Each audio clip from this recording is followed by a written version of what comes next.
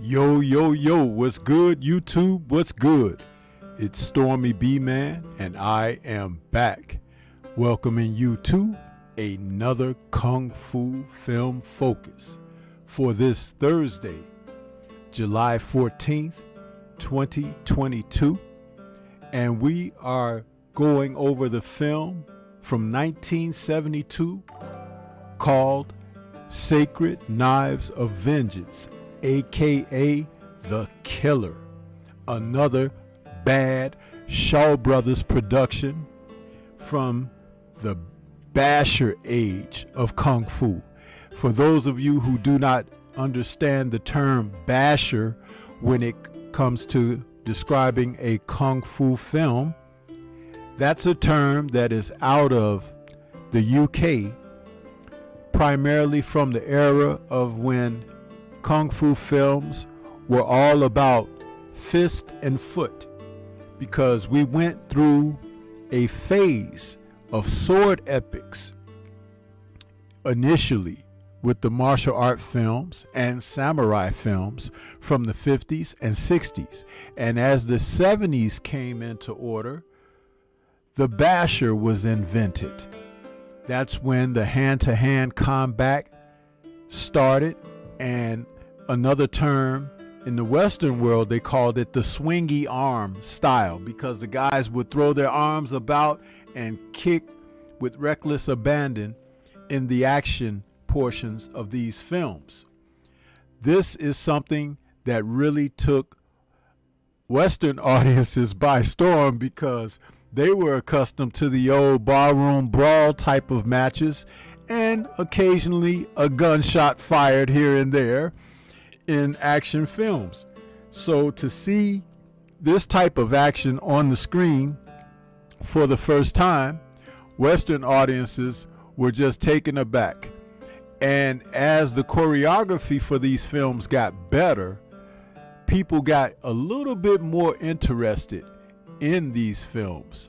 So there's a lot to be said about the basher.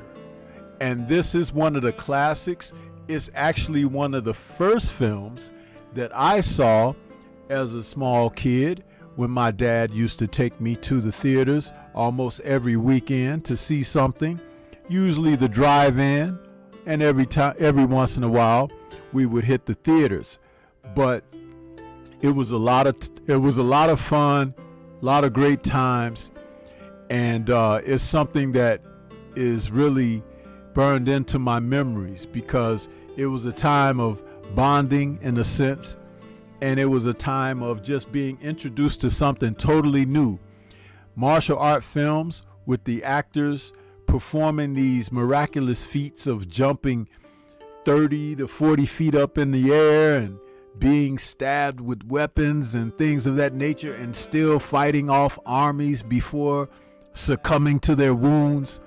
All of the over-the-top action that you see in today's films by Marvel and DC, huh? It was something that I really enjoyed at the time. And, you know, this show is a way of bringing that all back, sharing those experiences with you, and going over it once again for those who may be being introduced to these films for the first time. So sit back and enjoy as we come to you and we talk about Sacred Knives of Vengeance. I want to say welcome to everybody out there. Smash that like button as you come in. We've already had a couple of people appear in the chat there. We got Yahweh Smoke out there who joined as a member. Appreciate that, Yahweh. And he also gave a super chat donation. Want to say thank you for that, Yahweh. Welcome. You've always been welcome here, and I hope you enjoy being a member of the channel. T-Berry's in the house saying, yes, sir. One of my favorite segments, Kung Fu, with those channel emojis. You always get on Stormy's good side when you display those channel emojis like that. Much appreciation to you, T-Berry.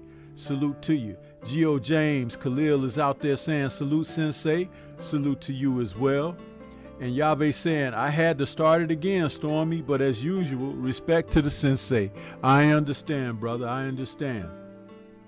T-Berry is also out there in that super chat. Appreciate you, T-Berry. He says, peace, Stormy B, man. Love the show, man. I'm glad to hear that, brother. I'm glad. You know, you can always feel free to share the content because here we talk about Kung Fu films. I know there's a ton of Kung Fu film clubs on Facebook and enthusiasts. There's a lot of forums out there that love the Kung Fu films, but I've been trying to get people to share the content. And, you know, I've done it myself, but it's like, it's nice when it's coming from different sources, because when it's coming from different sources, it makes people say, hey, I've seen this before. Maybe I should take a peek and see what's going on. It seems to be getting a little popular. So with that being said, you know what to do. Get on out there and share the content, man. Tell anybody who you can about Kung Fu Film Focus right here on the Stormy B-Man channel. Yes, sir. Now, this film, Sacred Knives of Vengeance, is from 1972. It's a Shaw Brothers production, and it's one of their films that during that era where they were discovering that they were going to throw their hats in the arena of martial arts and show themselves to be basher friendly. This film starred Chen Han and Sung Hwa in the leading roles of the two brothers who came up together, and they had a sister with them played by Wang Ping. And Wang Ping, she's known for being in the films with David Chang, Tai Lung, also Wang Yu, and she's a famous actress from the Shaw Brothers era back in that time. And this is the kind of thing that you like to see when these films are consistent with the actors and actresses. They perform at a certain level and they bring a certain quality to these productions. So, you know, as I said, an actor like Chen Han, he is known as a veteran performer from the Shaw Brothers era, and Sung-Hwa, who was also a veteran of that era, along with Wang Ping. Wang Ping was a beautiful lady who always played that soft-hearted role in the Shaw Brothers films that she appeared in. But the heroes usually looked out after her as a big brother role, or sometimes a boyfriend or something like that. She was always the damsel in distress, and she played her roles very well. And if you go back and you watch the older Shaw Brothers films from like 1970 to 1974, you'll see her in a lot of the productions. Very famous actress from the time. We got William, old school artist, out there in the chat. What's good with you, William? And then Yahweh is saying hashtag the sensei. Yeah, that's right, man. You can hashtag me as the sensei when you share the content out there. But getting back to Sacred Knives of Vengeance, it had a Western title, Sacred Knives of Vengeance, but originally when released in Hong Kong, it was released as The Killer, And the Killer reference here revolved around Sung-Hwa's character, who, as they grew up in a circus troupe as young kids, the trio, they practiced throwing knives with expertise. And as part of that circus and opera troupe, that was their specialty.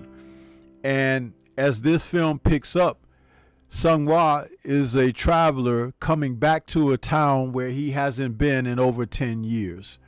He had left as Chen Han and Wang Ping remained behind because he was that exploring type nature character. He finds out when he returns to town that bandits have taken over the town, okay? And there's a faction of bandits and a faction of guys who are fighting against the bandits.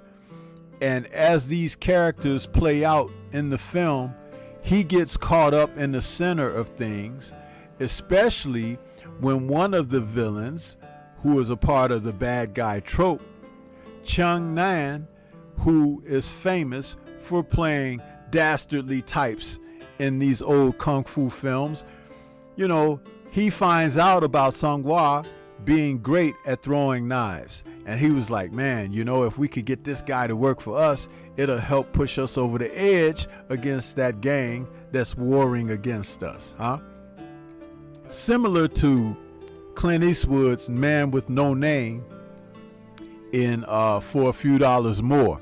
But this is the thing. A lot of these films would steal elements of Western films. And it was okay, because when they would put their spin on things, it gave something fresh to the storytelling. And in this case, you see they added a female who was a part of the two brothers, okay? So that would create a dynamic of maybe the brothers will fight over the girl. Well, it wasn't so much of fighting over the girl as it was fighting each other on the side of the law and opposite the law, because Chen Han's character in Sung-Hwa's time of leaving had become an inspector. So he was like a detective of the police, the po-po. And that's what he did. And he was in there trying to investigate these gangs and what they were doing, the robbing, pillaging, and also peddling opium and drugs. So yes, even during the early 70s, opium and drugs was a part of what was going on and caused a lot of fights. And you could see that the cast was rounded out by other players like Ching Lu, who was known for playing in films opposite Wang Yu a lot during this particular era, from the mid to late 60s on into the early 70s. Ching Lu is a definite familiar face amongst Shaw brothers. Now, another person of note was Yu Chi-hing. Yu Chi-hing was a veteran actor who also played in these films. He usually played an old master or some kind of older thug or mob boss or something like that. And in this film, he's actually playing against type, because typically a baddie. In this film, he was actually on the team of good guys, ran a martial school that was trying to take down the drug dealers. But he was having difficulty because the drug dealers had a martial arts school as well, and these guys were just battling back and forth, back and forth. So that was one of the elements of the film, that you kind of couldn't figure out who was the good guys and who was the bad guys. And Sung Hwa got caught up in the midst of all of this. Also, someone making an appearance late in the film is veteran Shaw Brothers actor Ku Feng, who shows up in the last 10 minutes of the film, maybe 15 minutes of the film, as a Japanese baddie. Where he came from, why was he there, and everything, who knows? It's a Hong Kong kung fu film. Scripts sometimes have no description, and this was no different. He just showed up in Japanese attire to take on the two brothers in the dramatic end fight. One of my favorites also is an actor by the name of Wang Kuang-yu, who you could also see during this era in a lot of Shaw Brothers films, usually as a sidekick, a bad guy, a stunt man. He was in this film as well, actually worked for the baddies in their martial arts dojo. So Sung Hwa pays a visit to these guys' dojo after being heavily influenced by Ching Nan to go in and try to help him take down the bad guys, when Ching Nan was really one of the bad guys, the most lethal of the bad guys, and he was always setting people against one another. So Inspector Ma, played by Chen Han, had his work cut out for him. Absolutely, man. And if all of that takes you on a whirlwind spin about what was going on with this film, don't worry about it, because that's exactly how these films were back in the day. And you just knew the goodies from the baddies, usually according to their attire. The good guys typically wore lighter colored clothing. The bad guys wore darker colored clothing. Even though it was the traditional Chinese garb, that's how you could make it out. And Sung Hwa, his character, always wore white in this film. And his brother, Chen Han, he played the inspector. He wore a darker garb for his role. This film was directed by veteran Hong Kong director Kor Yuen. Now, Kor Yuen was a prolific director at the time. He did a lot of sword epics and films that were based on the old Kulong novels. And he made his name making these type of films. This was a lot like some of his sword epics, but without the swords. This time they were hand to hand, outside of Sung Hwa's knives, which are the sacred knives of vengeance from the title. Now, also talking about this film, there are numerous action scenes, and the fight choreography was done by the Yuen brothers, Yuen Chengyan and Yuen Wu-ping.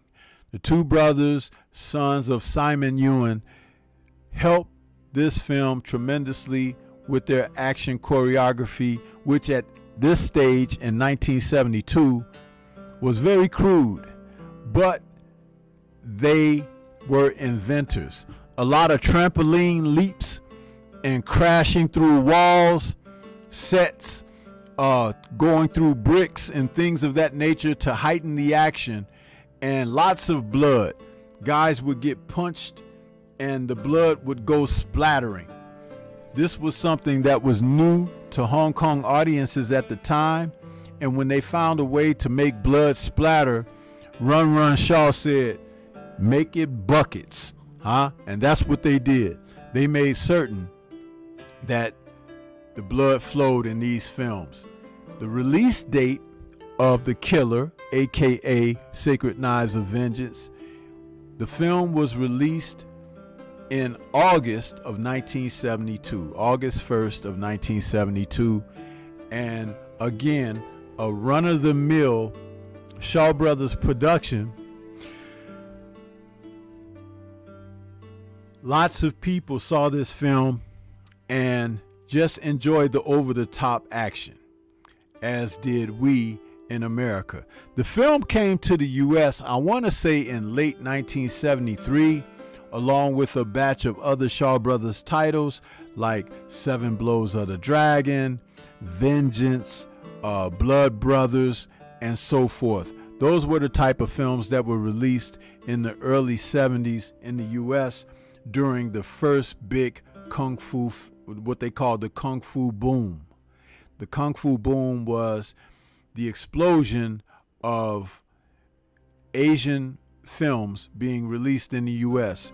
after Richard Nixon and Mao Zedong opened up trade and everything between the U.S.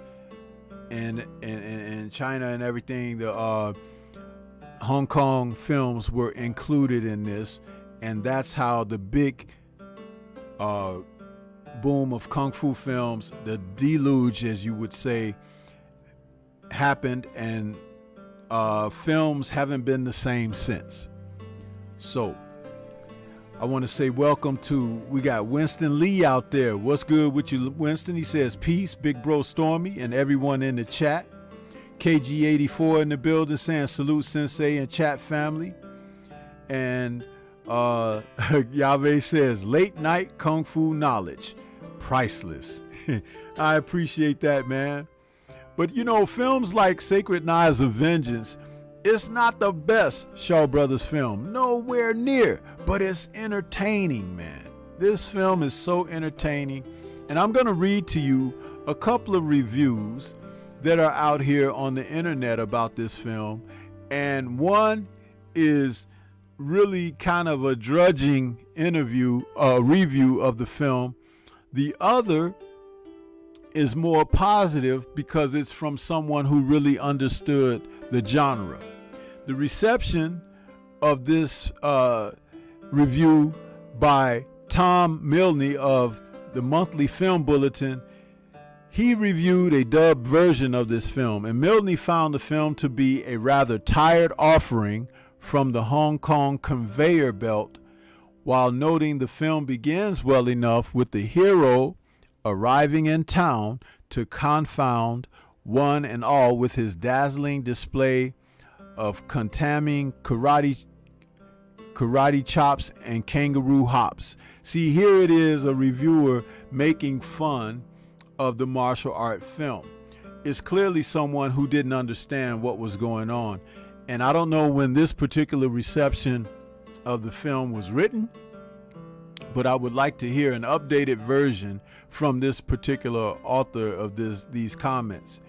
It goes on to say it also ends well with the last-minute intervention of a genuine Japanese samurai, heralded by a mysterious sound in an apparently empty house as something falls, and one of the panels of a screen topple over to reveal him in full regalia, ready to challenge the heroes to the only fight in the film staged with any style or imagination.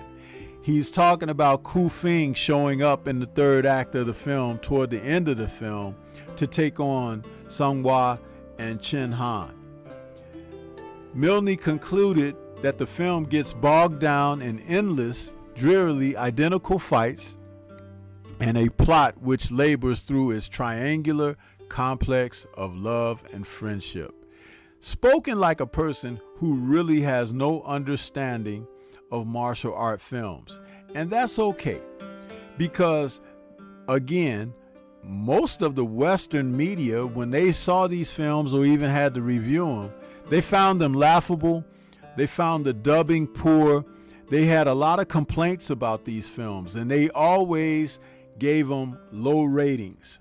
Some of these films will go on to become cult classics, and some of those reviewers would soften their edges a bit when they look back in reflection. But I'll tell you something about these films. They were every bit as good as any spaghetti western. The only thing is the dubbing was terrible. Now, for those who would have got a chance to see these films with their subtitles, the original Mandarin subtitles, you could enjoy the film a lot better. But it's also difficult for those who are not accustomed to reviewing films and watching the action on screen and having to follow subtitles on the screen. That's why I'm glad nowadays we have what's called simplified subs, where they find the quickest way to express what's being stated, and it appears on the screen with not as much information, but a condensed manner of explaining what's being said and communicated. So there have been some changes in this whole situation, but a lot of it goes toward, people like myself and like some of you out there who like to review these films, and we state what we like about them, what we don't like, and some of the studios have heard our complaints and they have made the proper adjustments. So you have to take your hat off to them for that. Tremendous amount of work goes into dubbing and things of that nature, but translating subtitles and everything for your better enjoyment of a product is the way to go. Fletch Kelman is out there saying, "Hey Stormy, I'm lucky since I just got out of the lab and have time to hang out here. Hell yeah." Hey, that's what's good, Fletch. I'm glad you have joined and tuned in for this particular episode. We're talking about The Killer, aka Sacred Knives of Vengeance from 1972. What I consider a Shaw classic, a Shaw basher classic. This film is right up there with the Chinese Boxer, as far as I'm concerned, which was Shaw's first basher, directed and written by Jimmy Wong Yu, the Chinese Boxer, which I have reviewed already. If you guys haven't had a chance to check out my Kung Fu film focus regarding the Chinese Boxer, what you waiting on? Go on into the archives and pull that one up. Yeah. Fletch says, super happy to join you guys and gals, by the way. This is a T-Lung/David. Is this a T-Lung/David Chang film? No, it's not, Fletch. He says, I think I remember this one. Whatever the case, I know I'll love it. This is Sung Hwa and Chen Han, two other veteran Shaw brothers. These guys were role players and played in a lot of Shaw Brothers productions. As a matter of fact, I was going to read off some names for these gentlemen as we talk about their careers.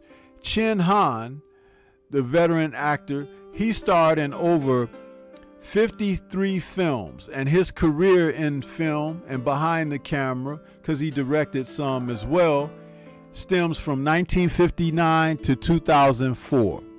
He was born December 4th, 1938 in China. Okay, and Chen Han has played a number of roles, but he is famous for marrying Shaw actress who was very popular, Ivy Ling Bo, and he had a 13-year career at Shaw Brothers where he made around 20 films with the company. Most of them were Mandarin classics, okay? And then he also directed a couple of films, and he went on to do Taiwan to finish his career up and film business. So Chin Han was a veteran guy. Yeah. So very well known in Hong Kong and respected.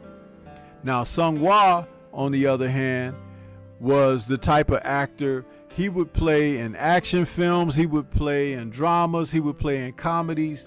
He played in a lot of films. He played in 94 films himself as an actor, and his filmography spanned it from 1969 to 2003. And he was born April 2nd, 1944. Now, the type of films that he was known and noted for were, one of his most famous film was The Bastard. Now that, if you haven't seen that, and that's a film I will be doing a review on, just haven't gotten around to it yet. But Sung Hwa starred in the leading role of The Bastard. It was a great film. And he was so good in that film. Just a lot of, how can you say? It was a lot of, he was playing a guy who was naive, and he had to learn a lot of lessons really fast in that film. But he also starred in films such as Sorrow of the Gentry and Killer Klans. And Killer Klans was also considered top directors. Choi Yuen, it was one of his most significant films. And Sung Hwa was a part of that. But I'll tell you, this is something about these type of movies. When you see these people in just one movie, or you might recognize a familiar face from a different production, when you start looking at their body of work, you'll kind of see like certain guys were cast in certain roles because of what they brought to the screen. So that's one of the things that you could always take note about. And this is why I try to give you a little bit of background on the actors and actresses as we talk about them. Let's see. We had another super chat there from KG84 in the building. He says, something for the collection plate, Sensei. Hey, KG84, I appreciate you, man. Thank you for your super chat and your support of the show and the channel, man. We really appreciate it. Let's see. William says, Stormy B, man, I used to watch some of the films back in the day at the drive-in theater. That's what I was saying as I opened the show, William. I said that my dad used to take me almost every weekend, if not at least a minimum of twice a month, to the drive-in to see these films. And boy, they were popular. The drive-in would be filled with people watching these old bashers, man. I love them. I just watched this particular film maybe about 2 months ago when I realized that I wanted to do a review of it. And I still get the same feeling every time I watch it, man. It's just a hokey good time, you know, in these old martial art films, man. Brother Code is out there saying, salute Stormy B, man. Salute to you. Fletch is saying R.I.P. to Jimmy Wong Yu. Yes, sir. Let's see. Brother Code says, always love a good Shaw Brothers film. That's right, Brother Code. Shaw Brothers were churning them out too, man. They have something like over almost 900 films from their catalog that are primarily sword and martial arts. A few of them were operatic films. A few of them were comedies or like dramas or something like that. But man, the film studio that was Shaw's, it was amazing what they did. They should be in the Guinness Book of World Records for some of their accomplishments. And Run Shaw ran that studio like, I mean, he really went beyond what the MGM studios and the old Universal Studios from Hollywood, California did back in the early 30s and 40s, man. So Run Shaw really ran his studio. Let's see, we got Jason out there says they're supposed to be remaking this movie. Okay, I haven't heard anything about that, Jason, and I usually have my ear pretty close to the ground. William says, Yahweh Smoke, absolutely, bro. The old drive-in theaters were the best back in the day. Absolutely. I agree with William. Best way to watch these films, too. On a giant screen outdoor in the summertime. Tune in your radio to a certain dial to get that speaker going for the sounds. And before tuning your radio to a certain station or frequency, they used to have the old speakers that you hang from the window of your car. You remember that, William? These guys don't know what they miss, man. They have no idea, right? Tell them, will you? Yeah, Yahweh Smoke says, oh, I'm sorry, I skipped over. Yahweh says, man, I was born in the wrong era. Yes, you were. William says, Yahweh, imagine sitting in your own car watching the movie with no disturbance. That's right, man. It was great, right, William? A great time that we had during those times. Salute to Champion Heart out there in that super chat. He says, salute to Sensei Stormy B-Man and my brothers in the chat. Salute to you as well there, Champion Heart, and thank you so much for your super chat donation, man. We really appreciate that because we try our best here with the Kung Fu Film Focus. I don't produce this show every week, but there's enough films for me to do a show every week, but I wouldn't be able to get my all boxing content and some of the other things I do in if I did it that frequently. But I try to make you guys miss it a little bit, so when I do it, you come in like you're doing this evening. And I really appreciate your support, man. I truly do, from the bottom of my heart. I really appreciate it. Fletch Kellerman says, Yahweh, no you weren't. Think about it. We can catch these movies anytime, anywhere now, sure. It would have been nice at a theater back then, but we can influence a new generation now. Listen, all I can do is recommend, but I'm going to tell you, Fletch, you're absolutely wrong about that. There was nothing like catching these films for the first time, because you have to understand that this was something new to Western culture. To be introduced to Kung Fu films, people didn't even know what Kung Fu was back in 1972, Fletch, unless they had managed to tune into episodes of The Green Hornet, where Bruce Lee, along with Van Williams, were playing type against Batman and Robin, and Kato was performing Kung Fu. And a lot of people at that time didn't know what it was. Bruce Lee actually introduced this to Western audiences on that television show. So, not knowing what Kung Fu was, to see these films, the hokey action and people flying through the air and all of that with martial prowess, it was something strange to a lot of people. It was like fantastical, maniacal, disastrous action, and people were like, what the hell is this? I gotta go see another one. It was like crazy. It's hard to understand now, because basically in any film you're watching martial arts and fight scenes and stuff. Back then it was not like that. A punch was a simple punch. You wind it up like John Wayne and launch it to the other guy's jaw, and you fight and you break a glass over a guy's head or something. Very rare did the feet come off the floor unless somebody was knocking you off of your feet. But when these films came to America, it gave audiences something totally different to look at. You know what I'm saying? So you have to understand that that's how that worked back in that time. It was something totally different, man. Totally different.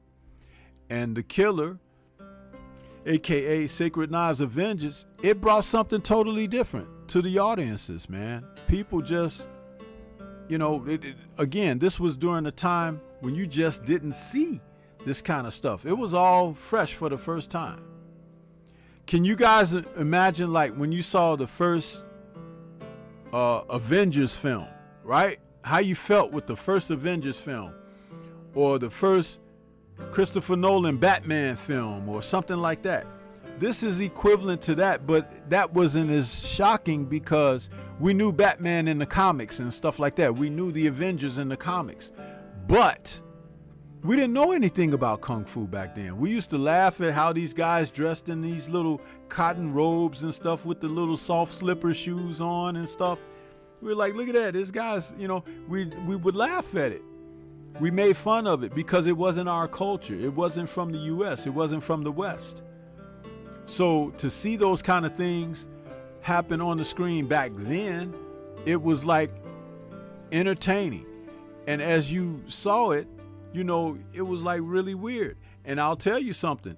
There was an audience of people who took to the Asian women. You know what I'm saying? It's like, oh, look at her. She's so cute or whatever, because they were some small and petite people and stuff like that. But this is how people looked at that. And it was like really weird. My crush was Angela Mao, when she did her films like, Lady Whirlwind and Hapkido and all of those films. It was like, look at that little lady kicking butt. You know what I'm saying? So I just enjoyed all of that stuff, man. Yeah. Let me see. Fletch says, I hope one day soon we can go through some of the Goldick films financed by Alex Gao. Great indie classics from that company. Duel of the Seven Tigers for one, many others. Absolutely, Fletch. Duel of the Seven Tigers is one of my favorites. Philip Kofei in there, along with Han Yin Kit and so many others, just Cliff Lock. Great film. And I do all Kung Fu films, man. It's just that I don't get a chance to do the shows as much because there hasn't been enough of a demand for me to produce more of these shows, but I can do them. I know of them. I have almost all of them in my collection at some point, whether it's on VHS, whether it's DVD, and now Blu-ray. So my collection is vast, and I'm very much aware of a lot of the performers. And I love this, you know what I mean? But there's got to be the demand. Sometimes when I do these shows, like tonight, we had 10 people in here steady, but we've got 25 likes. So some people just stop by to hit the like button, and that's fine. But it's really nice when you stop by and you hang with Stormy to get this knowledge of these wonderful films, because there's a story behind all of this. This is a thing that was introduced to our culture that a lot of people weren't even aware of, man. You know what I mean? So to be able to sit down and talk about these films, it means a lot. I have friends out here who work behind the scenes on some of this stuff. And, I've asked them to come on with me and stuff. And it's like they're busy doing other things, but at the same time, they want to profess that they like it. They love this, Well, where are you? Show that love and support, man.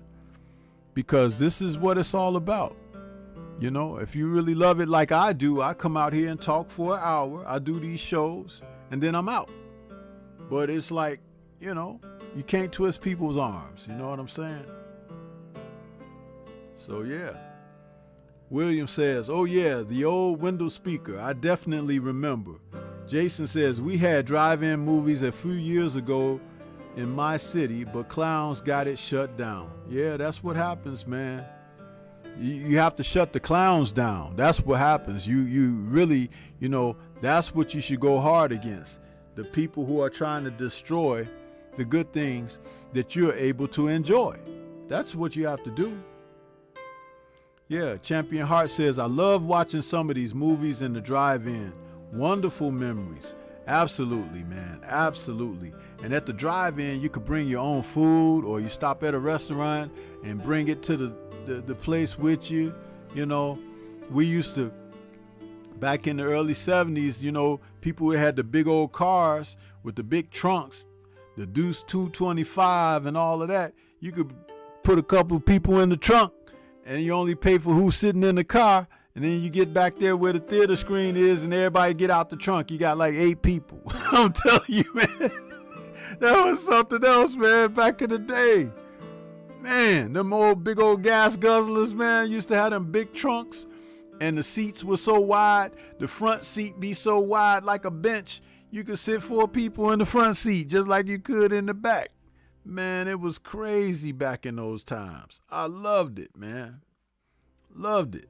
Yahweh is saying, William says, I used to like the old show with David Carradine. Remember Stormy B, man? Yeah, I remember the show, but I didn't like it. I hated Kung Fu, man. I hated that show. I really did. Didn't like David Carradine either. I seek water. Get out of here. You know what I mean? Kwai Chang Caine. Every time you have a fight scene, they slow it down in slow motion. He's doing this stuff. And he kicks somebody with them stupid kicks like, he's like, man, that ain't even Kung Fu, man. What the hell is that? And that supposedly was choreographed by veteran martial arts karate man David Chow, who sucked. Huh? He sucked. But they ignored Bruce Lee. Can you believe that? Man, that just tells you that those prejudiced dudes in Hollywood, man, they didn't know what they were doing, man. They had no idea what they were doing. Huh? Yeah. Champion Hart says, don't forget about the series. Kung Fu was an idea stolen from Bruce Lee during that time. Yeah, that's what it is. Champion also says, I love Angela Mao. William says, Stormy B, man, I had a crush on the twins in the old Godzilla and Mothra movies. Did you, man? Hey, William, I would one of my next shows, I'm gonna pull up a picture of the twins and get you all hot and bothered. Yeah, buddy, man. I'm gonna get you on that one. You shouldn't have told me that. I'm gonna put up a picture for William. Hey, this is for William. Put that picture of the Mothra girls up, them twins. Damon Kennedy says, the legend Stormy B. Not yet, man. I'm still here. You know, legends after they gone. You know what I'm saying? So I ain't gone nowhere yet. Stormy want to hang around a little while, okay? Don't put me to bed yet. Champion Hart says, William, I met Mr. Carradine at O'Hare Airport. I was 8 years old. That dude walked around barefoot in real life. He was high, man. He was always on them drugs. That dude was crazy, man, David Carradine. That's how he went out, too, being crazy, doing crazy stuff, man. Get out of here, man. Yeah, William says, my father or mother used to stop at Frost Stop and we would pick food on the way to the drive-in theater. Yeah, man, great times, William. These guys don't know. They talking about, oh, we got it better today. I don't know about that. We didn't have cell phones back then, and we did just fine. If you wasn't at home, you wasn't at home. The phone would just ring, huh? And then even later when they came up with caller ID, because it's like we used to just unplug the phone when we didn't want to be bothered. Just unplug it, huh? Mom used to unplug the phone and lock it in her room so nobody would use the phone when she and dad go out or something. It's like, it was simple back then, huh? Yeah, y'all don't have no idea, man. This was the life. You feel me? Yahweh is laughing. Jason says Bruce was mad as hell. Williams is laughing. Champion Hart says they had to show the Kung Fu series fight scenes to make him look good. He wasn't a real Kung Fu guy. No, he wasn't a real Kung Fu guy. That dude was a pothead and let's just say if it was in modern times, he would have been a meth man, huh? That's how David was. David was heavy into the drugs, man. He was so heavy into the drugs, he thought he knew karate in real life, huh? Hadn't taken no lessons or nothing outside of the choreographed scenes that he would fight on those TV shows, man. That dude, he was something else, man.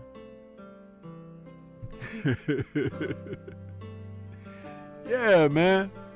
But hey, I brought something with me on this one here. I want to show you guys. We're late in the show, but I thought I'd push it back to late in the show. But I'm gonna show you you guys this trailer from Sacred Knives of Vengeance, aka The Killer. Original theatrical trailer from 1972. So I hope you guys can enjoy this a little bit. Yahweh says, preach. I'm a simple man with simple morals. I got you on that, Yahweh. He came as a stranger.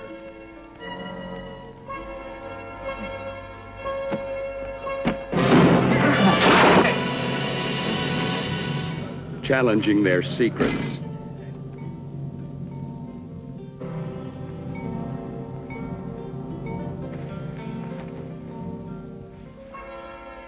No.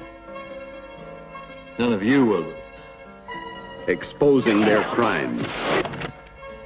Punishing their guilt.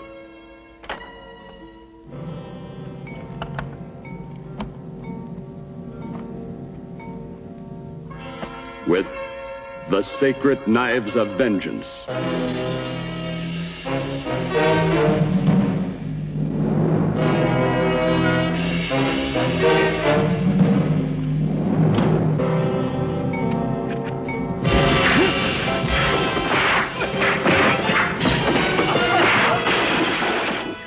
You've been away for 10 years now. Things have changed a lot. You see, my friend, we have no life here. We don't know what to do. Why is that? I have to give out good dough all the time to the Wang Xianqian mob. But how can they get away with it? Easily. They take what they want with force. Well, do they? You were right, sir. Opium in there. So, burn it.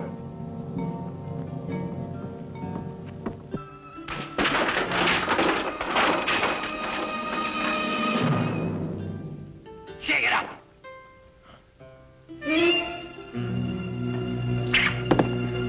I wanted to know what this was all about. That's why I let you in. Or you'd be dead right now.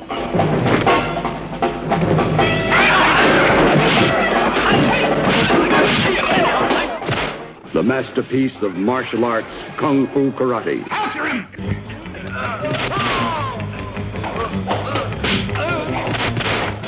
Go now and tell him just where he is. This will be the day that he'll die.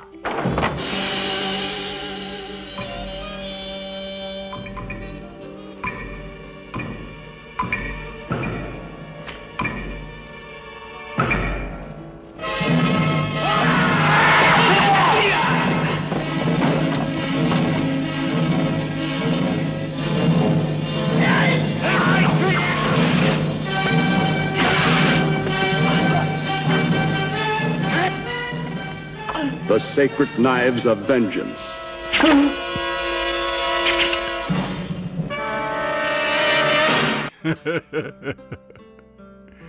Man, you can't tell me that you ain't ready to run out and watch that movie right now. The Sacred Knives of Vengeance, bro. That's what it is, man. That's what it is. But I'm telling you, you know, a different time, man. A different time. Just some great stuff, man.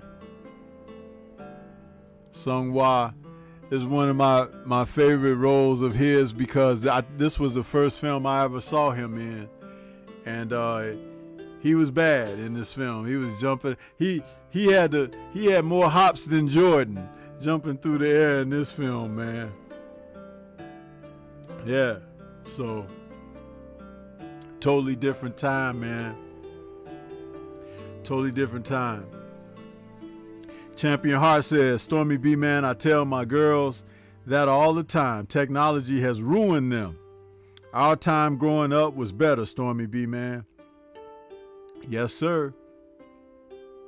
We had real childhoods, man.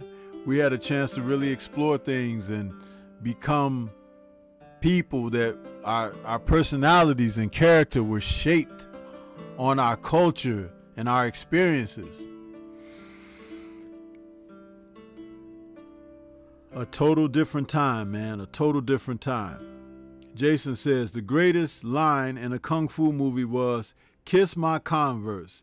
The second greatest was, "Your Kung Fu is pretty damn good. I know it's the best." No, That wasn't the greatest line in kung fu films. Not even near it. The greatest line in kung fu film was this line right here. And it was by my brother Jim Kelly when he said, "Bullshit, Mr. Handman." He's like, "Man, you come right out of a comic book." That was the best line in kung fu movie history. That's what it was, man. If you don't know, now you know, huh? Jim Kelly, man. The man with the baddest afro in the USA. I used to yearn to have my afro shaped like Jim Kelly's, man. But my old peanut head, I couldn't get mine shaped like that. But I'll tell you something. Jim Kelly could rock that fro, bro. He could rock that fro. Huh? That was my man, Jim Kelly. Yahweh Smoke says, those trailers were long. I love it. Yeah. Champion Heart says, that's some classic stuff right there. And you know this, man. William says, exactly. We didn't have any cell phones or computers taking our childhood away. Absolutely, man. Absolutely. Jason Williams says, we used to have Samurai Sunday on network TV. My brothers and I watched like 5 straight kung fu flicks every Sunday. Yeah, man. That's when it was, you know. Jason is laughing, saying true. And Champion Heart says, I knew you was going to say that, Stormy B, man. R.I.P. to Jim Kelly. There you go, man. That's the best line right there. You get bullshit, Mr. Handman. Man, you come right out of a comic book. That was my man, Jim Kelly. He didn't care. In Into the Dragon, them 2 prejudiced cops that tried to pull him over in the alley, where you going? He's not going to Hawaii. Man, Jim Kelly looked at them dudes, man. That dude pulled out that billy club. He knocked it out his hand. He's like, oh, what do we have here? It was over for him after that. Jim Kelly literally fed them to the dogs, huh? The dirty dogs got fed to the dogs. Yeah. Mm-hmm.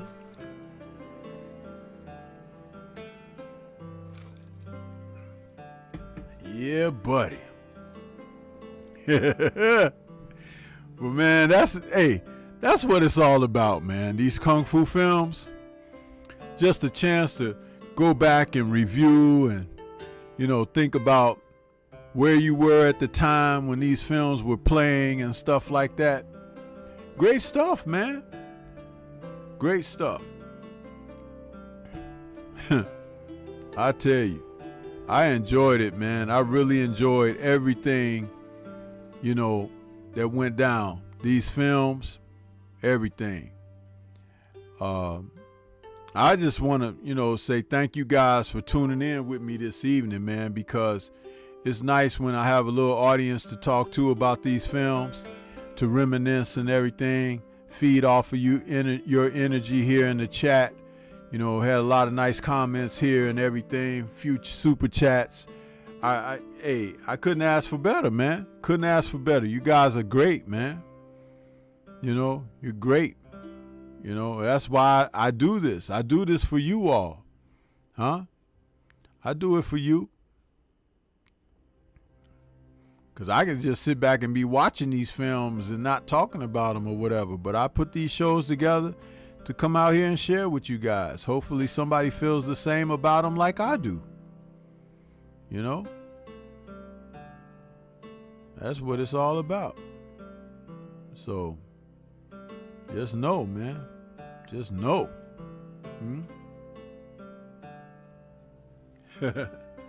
Jason Williams says, blessings, Brother Stormy. I appreciate you. Williams said, it's always a pleasure, Stormy. Hey, man, it's always a pleasure, producing this stuff for you guys, man. It's always a pleasure producing this stuff for you, man. That's right, Jason. It's all love, man. It's all love. I try to do my best, and I'm glad you guys show up for it. Huh? I really do. But we're going to get ready to get on up out of here. I appreciate you again. There's been another Kung Fu Film Focus, man. And this one was the Killer from 1972, aka Sacred Knives of Vengeance, man. And you guys got to know, when I do these shows, you know, I'm not, it's indiscriminate. I go through all the genre. You know, it was mentioned earlier in the chat about the independent films like Duel of the Seven Tigers. That might be my next film that I cover. So I do like to do the films that are the independents too. Matter of fact, I've done a ton of indies thus far, more than Shaw's, because Shaw's just really dominated the market. But some of the independent films are some of the best films that were made as well. They just didn't have the distribution that Shaw's had, because Shaw's played all across throughout Southeast Asia and then even in the Chinatowns here in America. So they dominated the market because Run Run Shaw had the money to do that. But hey, man, it is what it is. But we're going to get on up out of here and let you guys enjoy another bit of the trailer on the way out, man. You know, you can always count on Stormy to do some good stuff for you. So just remember that, and we'll get to cutting. Let's see, I'll wow. Okay. Let's try to get you guys cooking. But thank you so much, man, for you who gave the super chats this evening. I really appreciate you guys. And for anybody catching it on the replay, hey, man, sorry you weren't here from the beginning. This was a good one. We talked about The Killer, a.k.a. Sacred Knives of Vengeance from 1972. Champion Heart says, have you seen the new channel, Cooking with the Champ, LLC? Can I put it in the chat? Champion Heart, at this time, no, sir. Don't put any links in the chat. I haven't had a chance to look into that, but I will be looking into it before I have that type of endorsement. I like to know what I'm endorsing. That's just being straight honest with you. Okay? But I will be looking into that. And then if everything is on the up and up, then I'll say yes, but not at this time. Okay? But we out of here. Catch you guys on the next one. Peace to everybody. Have a safe and pleasant weekend.